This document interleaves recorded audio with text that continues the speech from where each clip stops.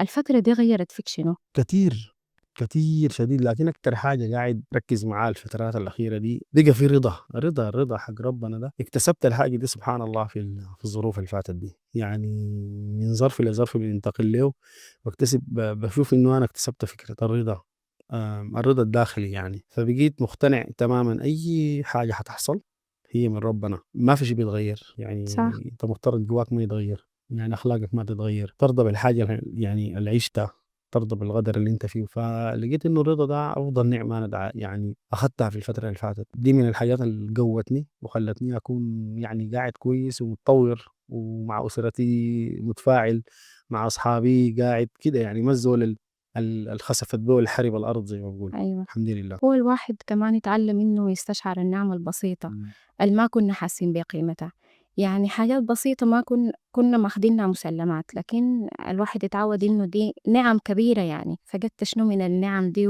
والله شوفي، وكنت حاسس إنك ما مدّيها قيمتها. ايوه صح، النعم الصغيره اللي انت بتتكلم عنها دي اهم المفقودات يعني.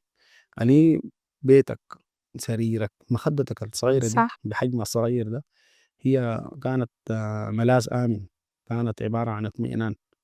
أنت قاعد في مكان أنت ما مساءل فيه تفاصيل كثيرة، يعني لا إقامتك لا وين لا وين، ده موضوع صعب خلاص. صح. حمل التطبيق الآن واستمتع بالمشاهدة. ناسنا مننا ولينا.